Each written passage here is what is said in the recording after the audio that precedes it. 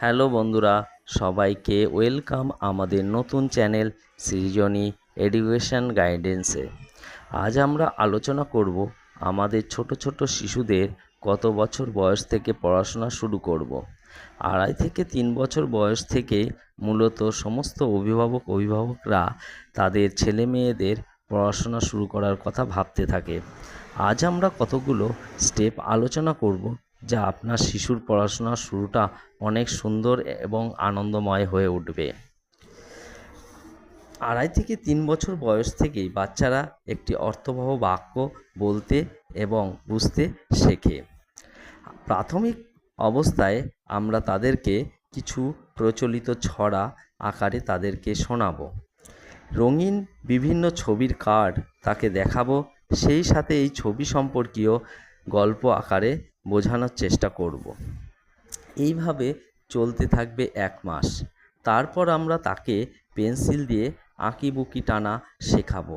এই ধরনের কিছু বই পাওয়া যায় বাজারে, সেগুলোও কিনে নিতে পারেন। এইভাবে 1 মাস ধরে চলবে। তারপর আমরা বিভিন্ন শেপ শেখানোর চেষ্টা করব। রেক্ট্যাঙ্গুলার, সার্কেল, ট্রায়াঙ্গেল, এই শেপগুলোকে ধীরে ধীরে শেখানোর চেষ্টা করব।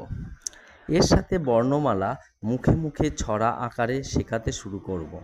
আস্তে আস্তে শিশু ছন্দ আকারে বর্ণমালা, নাম্বারস এগুলি বলতে শিখতে থাকবে। এটি প্রতিদিন চলতে থাকবে। 2 থেকে 3 মাসের মধ্যে 20 থেকে 40% বর্ণমালা শিখে যাওয়ার কথা।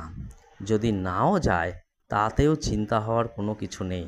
আপনার শিশু 5 বছর বয়স পর্যন্ত বর্ণমালা সংখ্যা শিখতে পারে, তাতে তার এডুকেশনাল লাইফে কোনো ক্ষতি হয় না। আঁকিবুকি টানা 1 থেকে 2-3 মাস চলার পর আমরা বর্ণমালা সংখ্যা লেখা শিখব। বর্ণমালা প্রথম দিকে ডট ডট আকারে এক ধরনের বই পাওয়া যায়, ওইগুলি হাত দিয়ে বুলিয়ে 1টি 2টি করে করে শেখাতে লাগব।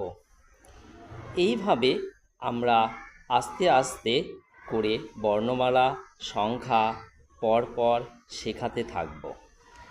একদিনে বেশি করে লেখাবেন না, এতে তার হাতের পেশির উপর চাপ পড়বে এবং কষ্ট অনুভব করবে, লেখার প্রতি আগ্রহ হারিয়ে ফেলবে।